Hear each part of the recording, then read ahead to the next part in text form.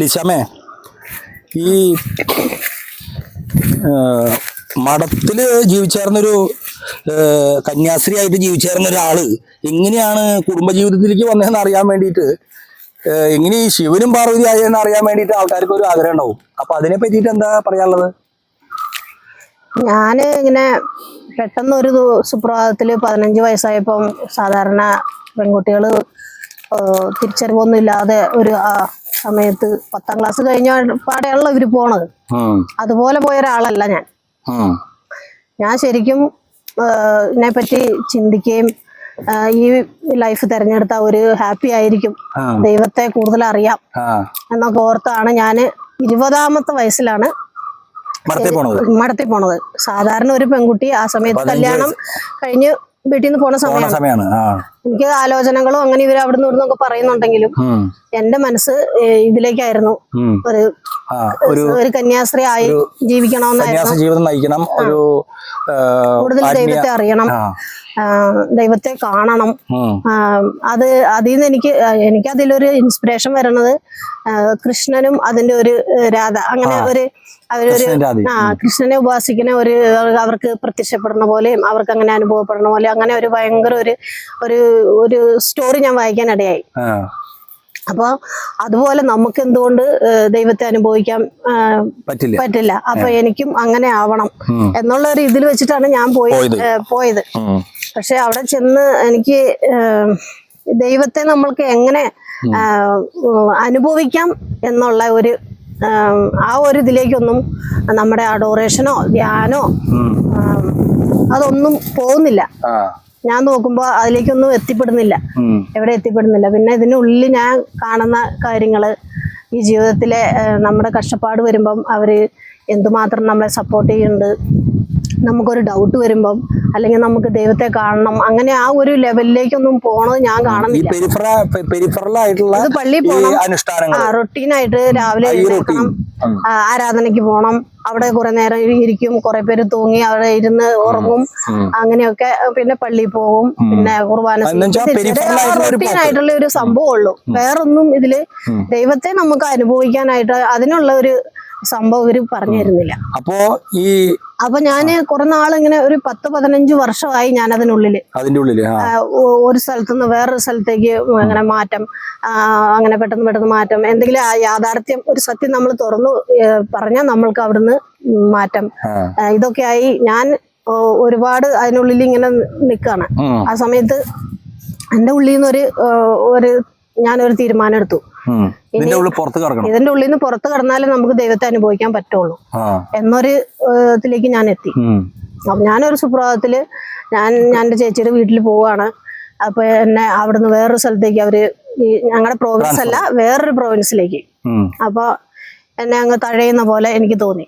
ഞാൻ പറഞ്ഞു, ഞാൻ അവിടേക്ക് സിസ്റ്റർ എനിക്ക് താല്പര്യമില്ല എന്നൊക്കെ പറഞ്ഞു നോക്കി, മാക്സിമം ഞാൻ പറഞ്ഞു നോക്കി. പക്ഷെ എനിക്ക് ഇവര് ടിക്കറ്റ് ബുക്ക് ചെയ്തു, സ്വന്തമായിട്ട് പോണം, നമ്മുടെ ലഗേജ് ഒക്കെ ആയിട്ട് അങ്ങനെ പോണം.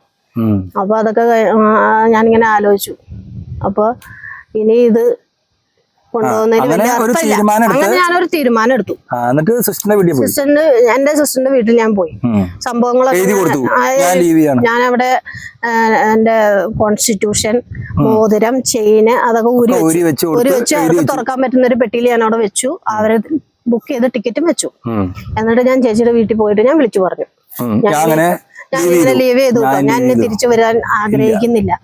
കാരണം ഇത് കുറെ കാലമായിട്ട് മനസ്സിൽ തോന്നുന്ന ഒരു കാര്യമാണ്. അങ്ങനെ പോയി ഞാൻ അവിടുന്ന് ഞാൻ പോയി. കാരണം ഇത് ലിസിയാമ്മ പറയുമ്പോ നമ്മുടെ ഈ ഫ്രാങ്കോ ബിഷപ്പിന്റെ പ്രശ്നത്തിൽ പെട്ട ആ സിസ്റ്ററിനൊക്കെ ഒരു ധൈര്യം ഉണ്ടാവും. സിസ്റ്റർ വിചാരിക്കണെന്ന് വെച്ചിട്ടുണ്ടെങ്കിൽ എന്നെ മടഞ്ചാടിന്ന് വിളിക്കും. അപ്പൊ ആൾക്കാർക്ക് ഇത് ഒരു മോശമാണത്. അപ്പൊ സിസ്റ്റർക്കൊക്കെ അതൊരു ധൈര്യം വരും. ഇത് നമുക്ക് താല്പര്യമില്ലാത്തടത്ത് നമ്മൾ എന്തിനാ നിൽക്കണേ? നമ്മുടെ മനസാക്ഷി പറയുന്ന, നമ്മുടെ മനസാക്ഷി അതിനെ അനുവദിക്കുന്നില്ലെങ്കിൽ നമ്മൾ അതിനനുസരിച്ച് ജീവിതം വ്യതിയാനം വരുത്തുക. അല്ലാണ്ട് അതിന്റെ ഉള്ളിൽ തന്നെ നിന്നിട്ട് പിച്ചി മാന്തി നുള്ളി പിന്നെ പീഡിപ്പിച്ചു എന്നൊക്കെ പറയാൻ നിൽക്കണം എന്തിനാ? അപ്പൊ അത് ഇതേപോലെ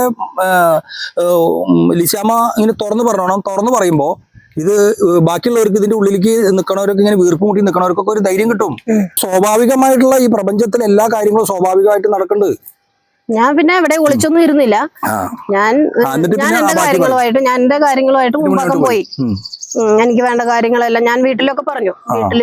എന്റെ വീട്ടിൽ ഞാൻ പോയി 2-3 മാസത്തോളം ഞാൻ അങ്ങനെ നടന്നു. എനിക്ക് ആധാർ കാർഡ്, പാൻ കാർഡ് അതൊക്കെ ഞാൻ ഉണ്ടാക്കി. അങ്ങനെയെല്ലാം ഞാൻ നല്ല ഉറച്ച തീരുമാനം എടുത്തു. അതിനിടയ്ക്ക് ഇവര് കുറെ പേര് വിളിക്കുകയും വരികയും, വീട്ടിൽ വരികയും, സിസ്റ്റേഴ്സ് വരികയും പോവുകയും, വായോ വായോ വായോ വന്ന് പണ്ടാരടങ്ങുകയും ഇതിലേക്ക് വായോ ഇങ്ങനെ പറയുന്നുണ്ട്. അല്ല, അപ്പൊ ഞാൻ ചോദിക്കട്ടെ, അപ്പൊ എങ്ങനെയാണ് ഞാനായിട്ടുള്ള ഒരു കണക്ഷൻ വന്നതെന്ന് അറിയാനായിട്ട് ആൾക്കാർക്ക് ആഗ്രഹം ഉണ്ടാവും. അപ്പൊ എങ്ങനെയാണ് ഞാനായിട്ടുള്ള ഒരു കണക്ഷനിലേക്ക് വന്നത്? അത് ഞാൻ പറയാം. ഞാനിങ്ങനെ എനിക്ക് ഒരു വിവാഹം കഴിക്കണം എന്നൊരു താല്പര്യത്തിലല്ല ഞാൻ അതിന്റെ ഉള്ളിൽ നിന്ന് പുറത്തേക്ക് വന്നത്. അത് 100% അത് സത്യമാണ്. അപ്പോ ഞാനിങ്ങനെ 2-3 മാസമൊക്കെ ഇങ്ങനെ അതിലെ വീട്ടിലും ഭയങ്കര മഴയൊക്കെ ആയിരുന്നു ആ സമയത്ത്. അങ്ങോട്ടും ഇങ്ങോട്ടുള്ള യാത്രയൊക്കെ, ആ ചുരം കയറി പോകുന്ന അവസ്ഥയൊക്കെ അറിയാലോ. അപ്പൊ അങ്ങനെയൊക്കെ ഞാനിങ്ങനെ നടക്കുമ്പോ ഞാൻ എന്റെ ചേച്ചിയുടെ വീട്ടിൽ വന്നു. ഇവിടെ തൃശ്ശൂര് ചേച്ചിയുടെ വീടുണ്ട്. അവിടെ ഞാൻ വന്ന് നിൽക്കുമ്പോ ഞാനിങ്ങനെ അറിഞ്ഞു. അപ്പൊ എനിക്ക് ഷാജു അച്ഛനെ പറ്റി എനിക്ക് നേരത്തെ അറിയായിരുന്നു. അതായത് ഞാൻ വർക്ക് ചെയ്ത അവിടെ ഒരു ബ്രദറായിട്ട് നിന്നപ്പം ആൾക്കാർ ഒരുപാട് വരികയും സംസാരിക്കുകയും അവരിങ്ങനെ ആത്മീയ കാര്യങ്ങൾക്കായി വരുന്നേയും അതെല്ലാം ഞാനിങ്ങനെ കാണുന്നുണ്ടായിരുന്നു. അപ്പോ അതൊക്കെ വെച്ച് നോക്കുമ്പോ ഒരു പ്രത്യേക വേറൊരു ആളിൽ നിന്ന് വ്യത്യസ്തമായിട്ട് ആൾക്കാരിങ്ങനെ വരികയും ഉപദേശങ്ങൾ തേടുകയും പ്രാർത്ഥിക്കണം കേട്ടോ എന്ന് പറയുകയും അങ്ങനെ അവർക്കൊരു വലിയൊരു ആത്മീയ വളർച്ചയിലേക്ക് ഇങ്ങനെ പോകുന്നതൊക്കെ ഞാൻ കണ്ടിട്ടുണ്ട്. അച്ഛനിങ്ങനെ ചെയ്യണത് കണ്ടിട്ടുണ്ട്. അന്ന് അച്ഛനായിട്ടില്ല, ബ്രദറായിരുന്നു. അത് കഴിഞ്ഞ് ഞാൻ പിന്നെ അവിടുന്ന് പോയി. ഞാൻ മാനന്തവാടിക്ക് പോയി. എന്റെ നിത്യവ്രത ഒരുക്കത്തിനൊക്കെ ആയിട്ട് അങ്ങനെ പോയി. പട്ടണത്തിനൊന്നും ഞാൻ വന്നിട്ടൊന്നുമില്ല. പിന്നെ അതൊക്കെ കഴിഞ്ഞ് ഞാൻ തന്നെ ലീവ് ചെയ്ത കാര്യം ഞാൻ അറിഞ്ഞു. ചേച്ചിയുടെ വീട്ടിൽ നിൽക്കുമ്പോ തൃശ്ശൂരായിരുന്നല്ലോ, ഈ ഭാഗത്താണ്. അപ്പൊ അത് ഞാൻ അറിഞ്ഞു. പിന്നെ അപ്പൊ ഞാനിങ്ങനെ ആലോചിച്ചു, ഇത്രയും പ്രത്യേകതകളും ഇത്രയും അനുഗ്രഹങ്ങളും കാര്യങ്ങളും ഒക്കെ കഴിവുള്ള ആള് ലീവ് ചെയ്യണമെങ്കിൽ അതിന് പ്രത്യേക ഒരു നിയോഗം ഉണ്ടാവും. ഒരു ദൈവത്തിന് അതിനൊരു പ്രത്യേക പ്ലാൻ ഉണ്ടാവും. അപ്പൊ ഞാൻ എന്റെ മനസ്സിൽ തീരുമാനം എടുത്തു. അപ്പൊ ഞാൻ അച്ഛനായിട്ട് ബന്ധപ്പെടാനായിട്ട് എന്താ ഒരു വഴി അന്വേഷിച്ച് അങ്ങനെ ഇമെയിലിൽ കൂടെ മെസ്സേജ് അയച്ചു. ഇമെയില് അങ്ങനെയാണ് നമ്മൾ ഡിസ്കസ് ചെയ്യണത്. ഞാനിങ്ങനെ ചോദിച്ചു, ഞാൻ എന്നെ പോലെ മടത്തിന്ന് ഞാൻ പുറത്തു വന്നിട്ടുണ്ട്. എനിക്ക് ഇതുപോലെ നമുക്ക് ഒന്നിച്ച് ഒരു ജീവിതം നമ്മൾ അങ്ങനെ തീരുമാനിച്ച കുടുംബ ജീവിതത്തിനെ പറ്റി ഒരു ചർച്ച വന്നു. അപ്പൊ ഇനി എത്ര നാൾ, ഒരുപാട് നാള് ഇങ്ങനെ ഒറ്റയ്ക്ക് നിൽക്കണേ. അപ്പൊ എന്റെ ചേട്ടനും പറഞ്ഞു, എത്ര നാളിങ്ങനെ ഒറ്റയ്ക്ക് നിൽക്കും, അങ്ങനെയൊക്കെ ചോദിച്ചു തുടങ്ങി. അപ്പൊ ഞാൻ അങ്ങനെയാണ് ഒരു തീരുമാനം എടുക്കണം. ഞാൻ ആദ്യം പറയുന്നത് എന്റെ മൂത്ത ചേട്ടനോടാണ്, ഇങ്ങനെ ഒരു സംഭവം ഉണ്ട്. അല്ല, അപ്പൊ ലിസിയാമ്മ എന്നോട് ഈ കാര്യം സജസ്റ്റ് ചെയ്യുമ്പോൾ ഞാൻ പറഞ്ഞു, എനിക്കൊരു 5-6 മാസത്തെ സമയം വേണം, ഞാനൊന്ന് ധ്യാനിച്ച് പ്രാർത്ഥിച്ച് നോക്കട്ടെ എന്നൊക്കെ പറഞ്ഞിട്ടാണ് ഞാൻ ഇവിടുന്ന് ഞാൻ ലീവ് ചെയ്തപ്പോ ഞാൻ നേരെ പോയത് ഗുജറാത്തിനാണ്. ഗുജറാത്തിൽ നിന്ന് പിന്നെ ഞാൻ മഹാരാഷ്ട്രയ്ക്ക് പോയി. മഹാരാഷ്ട്രയിലുള്ള നേരത്താണ്, അല്ല ഗുജറാത്തിലുള്ളപ്പോ തന്നെ മെയിൽ വന്നിട്ടുണ്ട് എനിക്ക്. ഗുജറാത്തിലുള്ളപ്പോ വന്നിട്ടുണ്ട്. അപ്പോൾ നമ്മൾ ഇങ്ങനെ മെയിൽ ചെയ്ത് ബന്ധപ്പെടുകയും ഒക്കെ ചെയ്യാനായിട്ടാണ് വന്നത്.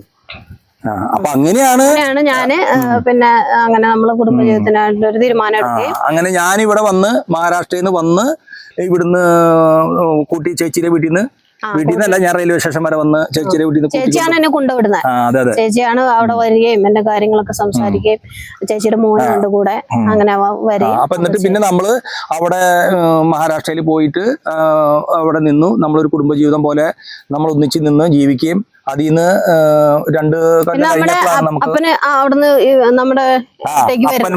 അപ്പം വന്ന് പറഞ്ഞു, ഇനിയിപ്പോ നിങ്ങൾ എന്തായാലും ഇത്രയുമേ ആയി, അപ്പൊ നിങ്ങൾ ഒന്നിച്ച് ഒരു വിവാഹ ജീവിതം നയിക്കുക, കുടുംബജീവിതം നയിക്കുക എന്ന് പറഞ്ഞിട്ട് ഒരു 2 കൊല്ലത്തിന് ശേഷമാണ് നമുക്ക് വാവ നമ്മുടെ ഷാലിയ മോൾ ഉണ്ടാവണതും. അപ്പനനുഗ്രഹിച്ചതിന് ശേഷമാണ് മോളൊക്കെ ഉണ്ടായി. അപ്പൊ ഞാൻ ഇത് നമ്മളിപ്പോ ഈ പറയണത് എന്താ വെച്ചാല്, ഈ ഇപ്പൊ ഈ ഫ്രാങ്കോ ബിഷപ്പിന്റെ ഈ പ്രശ്നത്തിലുള്ള ആ സിസ്റ്ററിനൊക്കെ വിചാരം എന്ന് പറഞ്ഞാല് മറ്റുള്ളവർ എന്ത് വിചാരിക്കും എന്നുള്ള വിചാരമാണ്. എന്നെ മടഞ്ചാടിന്ന് വിളിക്കും.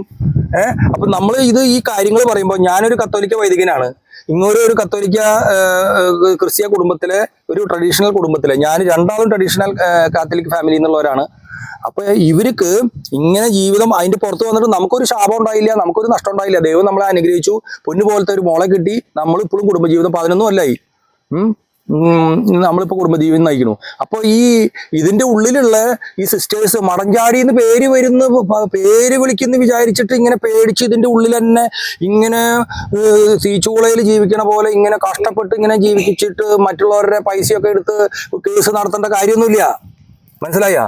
നമുക്ക് അതിന് ഒരു സാഹചര്യം നമ്മുടെ മനസാക്ഷി പറയുന്നില്ലേ, പറ്റുന്നില്ലേ? ഞാനതല്ലേ ചെയ്തേ. ഞാൻ പ്രൊവിൻഷ്യൽക്ക് ഒരു ലെറ്റർ എഴുതി കൊടുത്തു. എനിക്ക് മനസ്സമാധാനമാണ് കൂടുതൽ വേണ്ടത്. എനിക്ക് സമാധാനം വേണം, എൻ്റെ മനസാക്ഷി പറയണു. അപ്പൊ ഞാൻ മാറുകയാണ് എന്നോട് പറഞ്ഞ് ഞാൻ പ്രൊവിൻഷ്യലിനെ വിട്ടു. റോമിലേക്കും കത്തെഴുതി. അതിനെന്തിട്ട് അപ്പൊ അത് എന്ന് പറഞ്ഞാൽ സ്വാഭാവികമായിട്ട് മനുഷ്യന്റെ ജീവിതത്തിൽ ഓരോ കാര്യങ്ങൾ ദൈവം നമ്മുടെ ജീവിതത്തിൽ കടത്തി വിടുമ്പോൾ അത് അക്സെപ്റ്റ് ചെയ്യാനുള്ള ഒരു തുറവി നമുക്ക്, ഒരു മനസ്സ് നമുക്ക് കാണിക്കണം, ഒരു തുറവി ഉണ്ടാവുക. അപ്പൊ ദൈവം അതിൽ ഇതൊക്കെ ഉള്ളൂ. നമ്മൾ ഉപകരണമാവുക. നമ്മൾ ദൈവത്തിന്റെ ആ കരങ്ങളിലെ ഉപകരണമാകുമ്പോൾ നമ്മളെ വേണ്ട വിധത്തിൽ പരമശിവനായിട്ടാ പാർവതിയായിട്ടാ ഒക്കെ ഉപയോഗിച്ചിട്ട് പ്രകൃതിയിലേക്ക് നമ്മൾ എങ്ങനെ ആ പ്രകൃതിയുടെ ഭാഗമായിട്ട് നിൽക്കണു എന്ന് കാണുമ്പോൾ അതന്നെയാണ് ഏറ്റവും വലിയ സുവിശേഷം. മറ്റുള്ളവർക്കുള്ള സുവിശേഷം ഇതിനേക്കാളും വേറെ ഒന്നുമില്ല. നമ്മുടെ ജീവിതം തന്നെയാണ് കാണിച്ചു കൊടുക്കണേ. ആത്മീയ ജീവിതം പ്രാർത്ഥനയൊക്കെ ഉണ്ടല്ലോ. എല്ലാ ദിവസവും ഒരേ മണിക്കൂർ നമ്മൾ കാലത്ത് പ്രാർത്ഥിക്കുന്നുണ്ട്. എല്ലാവർക്കും വേണ്ടി പ്രാർത്ഥിക്കുന്നുണ്ട്. ദൈവവിചാരത്തിൽ നമ്മൾ ജീവിക്കുന്നു. നമുക്കൊരാൾക്ക് ഒരു ഉപദ്രവം ചെയ്യാൻ പോകില്ല. അപ്പൊ ഇതൊക്കെ നമ്മൾ ഷെയർ ചെയ്യുമ്പോൾ ഇവർക്കൊക്കെ ഒരു ധൈര്യം കിട്ടും. ഇവർ അതിന്റെ ഉള്ളിൽ തന്നെ കിടന്നിട്ട് ഈ ചക്കും ചക്കാലി എന്ന് പറഞ്ഞ് ഇങ്ങനെ തിരിഞ്ഞ് ജീവിതം അവസാനിച്ച് ഉരുകി തീരേണ്ട കാര്യമൊന്നുമില്ല. അവർക്ക് പറ്റില്ല. മനസാക്ഷി പറഞ്ഞ് പുറത്ത് പോരാ, അവർക്ക് പ്രാർത്ഥിക്കാലോ. അവർക്ക് വീണ്ടും പ്രാർത്ഥിച്ച് അതിനേക്കാളും രീതിയിൽ ആ മതത്തിന്റെ ചട്ടക്കൂടിന്റെ ഉള്ളിൽ നിന്ന് പുറത്ത് കടന്നാൽ ഈശോ എങ്ങനെയാണ് യഹൂദ മത ചട്ടക്കൂടിന്റെ ഉള്ളിൽ നിന്ന് പുറത്ത് കടന്നത്, യോഹന്നാൻ പ്രവാചകൻ എങ്ങനെയാണ് ആ ചട്ടക്കൂടിന്റെ ഉള്ളിൽ പുറത്ത് കടന്നത്, ജീവിച്ച് കാട്ടി കൊടുത്തത്, ദൈവാനുഭവം ഉണ്ടായില്ലേ? അത് മറ്റുള്ളവർക്ക് ആ ദൈവത്തിനെ പകർന്നു കൊടുക്കാൻ പറ്റിയില്ലേ? മറ്റുള്ളവരിൽ ദൈവത്തിനെ കാണുക. അപ്പൊ ലിസിയാമ്മ എന്നോട് ആ മെയിൽ വിട്ടപ്പോ ഞാൻ ഒരു 6 മാസത്തിന്റെ ഇത് പറഞ്ഞെന്താ വെച്ചാല് ആ ഒരു മറ്റുള്ളവരിൽ ദൈവമുണ്ട്. എന്റെ കൺസെപ്റ്റ് എന്തിട്ടാ, മറ്റുള്ളവരിലും ദൈവമുണ്ട്. ആ ദൈവം അറിയാണ്ട് എന്നിലേക്ക് എങ്ങനെയാണ് ലിസിയാമ്മ വരാൻ അങ്ങനെ ഒരു ഇത് വരണത്? അപ്പൊ അതുകൊണ്ടാണ് ആ പാർവതി പരമശിവനിലേക്ക് ഇങ്ങനെ മെല്ലെ ഇങ്ങനെ വരണത്. അതിൽ നിന്നാണ് സൃഷ്ടി ഉണ്ടാവണത്. അത് ഭാവി ഉണ്ടായില്ലേ? ഇപ്പൊ 3-ാം ക്ലാസ്സിൽ പഠിക്കണു. അപ്പൊ ഇവരൊക്കെ കേൾക്കട്ടെ, എല്ലാവരും കേൾക്കട്ടെ. ഞാൻ ഒരിക്കലും സ്വപ്നത്തിൽ പോലും ചിന്തിച്ചിട്ടില്ല ഇങ്ങനെ ഒരു ജീവിതം. കാരണം ഞാൻ 20ാമത്തെ വയസ്സിലാണ് ഞാൻ പോകുന്നത് തന്നെ. അപ്പൊ അതിനുള്ളിലത്തെ ഈ ജീവിതം ഒക്കെ ഞാൻ കുറെ കണ്ടുമടുത്തു. ഈ കഥകളും കെട്ടുകഥകളും. മങ്ങിയ കാഴ്ചകൾ കണ്ടുമടുത്തു, കണ്ണടകൾ വേണം. മങ്ങിയ കാഴ്ചകളാണ്. ഈ വ്രതം പറയാ, ചാസ്റ്റിറ്റി പറയാ, പിന്നെ ദാരിദ്ര്യം, അനുസരണം, മറ്റേ ബ്രഹ്മചര്യം. അപ്പൊ ബ്രഹ്മചര്യം എന്തുട്ടാന്ന് അറിഞ്ഞൂടാ. ഞാൻ പറഞ്ഞില്ലേ ബ്രഹ്മചര്യം എന്താന്ന് ഈ വീഡിയോയുടെ തുടക്കത്തിൽ പറഞ്ഞു. ബ്രഹ്മചര്യം എന്ന് പറഞ്ഞാൽ ആ തത്വശാസ്ത്രം, പലതരത്തിലുള്ള മതഗ്രന്ഥങ്ങൾ എന്താ പറയണേ, മതങ്ങൾ എന്താണ് ദൈവത്തെ പറ്റി പറയണേ, മനുഷ്യൻ ആരാണ്, ഇതിനെ പറ്റിയിട്ടുള്ള ആ സത്യാന്വേഷണമാണ് ആ ബ്രഹ്മചര്യം. അതേ കൂടുതൽ എന്തുട്ടാ ഈ ബ്രഹ്മചര്യം എന്ന് പറഞ്ഞു കഴിഞ്ഞാൽ ഇവരുടെ വിചാരം ഒരു കുട്ടി ഇടിഞ്ഞ് അവിടെ കരഞ്ഞ് നിന്നാൽ പോലും ഇവര് കന്യാസ്ത്രീകൾ എടുക്കില്ല. ഇവരുടെ ബ്രഹ്മചര്യം ഭയങ്കര ബ്രഹ്മചര്യം കാരണം കൊണ്ട് ഞാൻ കണ്ടിട്ടുണ്ട്. കുട്ടികൾ കരഞ്ഞിട്ട്, സ്കൂളിൽ കുട്ടികൾ കരഞ്ഞിട്ട് അപ്പനെയും അമ്മേനെയും കാണാണ്ട് ദുഃഖിച്ച് നിൽക്കണ കുട്ടികളുണ്ട്. ആ കുട്ടികളെ തന്നെ ഇവർക്ക് എടുത്തിട്ട് ഒരു അമ്മ, ഇവർക്ക് പേരിലാണ് അമ്മ. അമ്മ എന്നിട്ട് എന്താ പറയാ, ഓരോരോ പെട്രോൾ ഇല്ലാമ, ന്യൂട്രൽ ഇല്ലാമ. ഈ അമ്മമാരൊക്കെ ഇവിടെ വന്നിട്ട് ഈ ബ്രഹ്മചര്യം പാലിക്കുന്ന അമ്മമാർ ആ കുട്ടികൾ വീണ് കരഞ്ഞു കഴിഞ്ഞാൽ ആ കുട്ടികളെ ഒന്ന് എടുത്തിട്ട്, മോളെ എന്താ സാരില്ലാട്ടാ, മമ്മി ഇപ്പൊ വരും, ഡാഡി ഇപ്പൊ വരും എന്ന് പറയാൻ അവർക്ക് പറ്റില്ല. അവരുടെ ബ്രഹ്മചര്യം കൊണ്ട് എന്ത് കാര്യമുണ്ട്? മദർ തെരേസ എത്രയോ കുഞ്ഞുങ്ങളെ മേല് മാറോട് അടച്ച് ചേർത്ത് പിടിച്ചു. ആ ബ്രഹ്മചര്യം പോയാ? ഇല്ലല്ലോ. മദർ തെരേസ പൊളിച്ച് കടന്നു. ഈ മങ്ങിയ കാഴ്ചകളൊക്കെ പൊളിച്ച് കടന്നിട്ടാണ് ഒരു വിശുദ്ധേര സ്ഥാനത്തേക്ക് ആ മദർ തെരേസ വളർന്നതും അനേകർക്ക്, ഇന്ത്യ മഹാരാജ്യത്തിലെ അനേകം പാവപ്പെട്ടവർക്ക് ജീവിതം കിട്ടിയത് മദർ തെരേസ കാരണം കൊണ്ടല്ലേ. അപ്പൊ ഈ കന്യാസ്ത്രീകൾ ഇങ്ങനെ കിടന്ന് ഇങ്ങനെ ജീവിതം നരകിച്ച് അവസാനിപ്പിക്കുന്നത് ഇവർക്ക് പുറത്ത് കടന്നിട്ട് ദൈവം ആഗ്രഹിക്കുന്ന കാര്യങ്ങൾ, ദൈവഷ്ടങ്ങൾ നടത്തി എത്രയോ ആൾക്കാർക്ക് ഉപകാരം ഉണ്ടാവും. രോഗികളെ, ഇപ്പോ വയസ്സായ ആൾക്കാരെ നോക്കാനില്ല, എല്ലാവരും ഗൾഫിലേക്ക്, മക്കളൊക്കെ ഗൾഫിലേക്ക്. ഇപ്പോൾ ഓട്ടോറിക്ഷ ഡ്രൈവർമാരാണ് ഫോൺ വിളി വന്നിട്ട് ഓരോരോ മാതാപിതാക്കളെ ആശുപത്രിയിൽ കൊണ്ടുവരലൊക്കെ. എത്രയോ മാതാപിതാക്കൾ അനാഥരായിട്ട് എത്രയോ കുടുംബങ്ങളിലുണ്ട്. വയസ്സായ ആൾക്കാരെ നോക്കാം. ഇവർക്ക് ഹോസ്പിറ്റലിൽ എന്തെങ്കിലും ശുശ്രൂഷ ചെയ്യുക, സ്കൂളിൽ പഠിപ്പിക്കുക, എന്തെല്ലാം കാര്യങ്ങൾ ചെയ്യുക. ഇതിന്റെ ഉള്ളിൽ ഇങ്ങനെ കിടന്നിട്ട് മറ്റേ ഏതോ ഒരാൾ പറയായിരുന്നു, യൂറോപ്പിലെ സമ്പന്ന കുടുംബങ്ങളില് ഈ സർവന്റില്ലേ, അവരുടെ യൂണിഫോമാണ് ഈ കന്യാസ്ത്രീകളുടെ കുപ്പായം. ആ കന്യാസ്ത്രീനെ വീഡിയോയിൽ കണ്ടിട്ട് ഒരാള് അഭിപ്രായം പറഞ്ഞതാ. എന്നിട്ട് ആ കുപ്പായം ഇട്ട് നിന്നിട്ട് ഈ ഭക്ഷണം കൊണ്ടുവയ്ക്കണ ആളുടെ കുപ്പായം ഇട്ട് നിന്നിട്ട് ഞാൻ മടഞ്ചാടി എന്നെ പറയും, എന്നെ പീഡിപ്പിച്ചു, എന്നെ നിന്നിട്ട് എല്ലാവരെയും കാശ് എടുത്ത് ചെലവാക്കിയിട്ട് കേസ് നടത്തുക. എന്ത് ക്രിസ്തീയ മതം പഠിപ്പിക്കണത് എന്നിട്ട് ആ മതത്തിൽ പറയണ എന്നിട്ട് സ്നേഹിക്കുക, സ്വയം സ്നേഹിക്കുക, ദൈവത്തെ എല്ലാത്തിലും ഉപരി ദൈവത്തെ സ്നേഹിക്കുക, മറ്റുള്ളവരെയും സ്നേഹിക്കുക. ആ സ്നേഹം അവർ പങ്കുവെച്ചതാണ്. പിന്നെ തിരിഞ്ഞു നിന്നിട്ട് കാര്യങ്ങൾ നടക്കാണ്ടാവുമ്പോൾ തിരിഞ്ഞു നിന്നിട്ട് കൊഞ്ഞിനം കാട്ടുക, പീഡിപ്പിച്ചു എന്ന് പറയാ, മറ്റുള്ളവരെ കുരിശും അടിക്കുക, സ്ത്രീയും പുരുഷനായിട്ട് വേറിട്ട് നിൽക്കുക, എന്നിട്ട് ഇങ്ങനെ കൊഞ്ഞനം കുത്തുക. ഇതന്നെ പണി. അപ്പം നമുക്ക് ഈ വീഡിയോ അവസാനിപ്പിക്കാം. ഇവർക്കൊക്കെ ഒരു പ്രചോദനം ആവട്ടെ. അതിന് വേണ്ടിയിട്ടാണ് പ്രകൃതിയോട് ചേർന്നുള്ള നമ്മുടെ ഈ ധ്യാനം, വെർബലായിട്ടുള്ള കണ്ണടച്ചിരുന്നുള്ള ധ്യാനമുള്ള. നമ്മൾ 2 ധ്യാനം നടത്തും. കണ്ണടച്ചിട്ടുള്ള ധ്യാനം നടത്തും, കണ്ണ് തുറന്നും പിടിക്കും, ചില നേരത്ത് വായ തുറന്ന് പിടിച്ചുള്ള ധ്യാനം നടത്തും. അപ്പോൾ അതൊക്കെ ഇൻസ്പിറേഷൻ ആവട്ടെ. നന്ദി, നമസ്കാരം. ലിസ്യാമേ, നമ്മളിപ്പോൾ ഇതുവരെ സംസാരിച്ചു, ആത്മീയ സംഭാഷണം നടത്തി, നമ്മളിവിടുന്ന് തിരിച്ച് വീട്ടിലേക്ക് പോവാണ്. അപ്പോൾ നമുക്ക് ഒരു കൃതജ്ഞത നമുക്ക് പ്രദർശിപ്പിക്കണമെങ്കിൽ നമ്മൾ പള്ളി പണിയെ നേർച്ച വഴിപാടുകൾ നടത്തുകയും ചെയ്യണ്ടല്ലോ. നമുക്ക് എന്താണ് നമുക്ക് നന്ദിയുടെ ഒരു പ്രതീകമായിട്ട്, നമ്മുടെ കൃതജ്ഞതയുടെ ഒരു പ്രതീകമായിട്ട് നമുക്ക് ഈ പ്രകൃതിയിൽ നമ്മൾ കൊടുന്നുള്ള ആ വിത്ത് നമുക്ക് ഇതുവരെ തണൽ തന്നു, ആ മരത്തിൻ്റെ ചോട്ടിലിരുന്നു, അവിടെ ആ പാറാമി ഇരുന്നു, ഇതുവരെ സംഭാഷണം നടത്തി, നമ്മുടെ മൊബൈലും വർക്കായി ഒക്കെ ഇതൊക്കെ വീഡിയോ ഒക്കെ പിടിക്കാൻ പറ്റി. അപ്പോൾ ശുദ്ധവായു തന്നു. അപ്പോൾ ഈ പ്രകൃതി നമ്മളെ സഹായിച്ചു, ദൈവം നമ്മളെ അനുഗ്രഹിച്ചു. അതിന് നമ്മളൊരു കൃതജ്ഞ എന്നോണം ഇപ്പോൾ നമ്മുടെ കയ്യിൽ കൊടുന്നുള്ള ആ വിത്ത് അവിടെ വെള്ളമൊഴിച്ച് അവിടെ കുഴിച്ചിടുക. അപ്പോൾ അത് നമ്മൾ ചെയ്യുന്ന ഒരു ഇതായിട്ട് മാറും. നമ്മുടെ നന്ദി പ്രകടനം. ഉണങ്ങിയിട്ടുണ്ട്. അപ്പോൾ അത് വെള്ളം ഒഴിച്ചിടുക. നമുക്ക് പിന്നീട് അത് ഒരു കുപ്പിവെള്ളം ചെറിയൊരു ദ്വാരം ഇട്ടിട്ട് അവിടെ കൊണ്ടുവന്ന് ചാരി വെച്ചാൽ മതി. അപ്പോൾ ആ വിത്ത് അങ്ങനെ മുളച്ച് വന്നോളൂ. അവിടെ ഒഴിച്ചോ, എനിക്കൊരു ലേശം അടിയിൽ മതി. അപ്പോൾ ദൈവമേ, പഞ്ചഭൂതങ്ങളെ, പ്രപഞ്ചശക്തിയെ, ഈ പ്രപഞ്ചത്തിൽ നിറഞ്ഞു നിൽക്കുന്ന ജീവചൈതന്യമേ നന്ദി. ഞങ്ങൾ ഇതുവരെ ഇവിടെ ഇരുന്ന് അങ്ങയുടെ മക്കളെപ്പറ്റി, പ്രപഞ്ചത്തെപ്പറ്റി, മനുഷ്യരെപ്പറ്റി, ലോകത്തെപ്പറ്റി, ഞങ്ങളുടെ ജീവിതത്തെപ്പറ്റി തന്നെ ഞങ്ങൾ ധ്യാനിച്ചു. നന്ദി.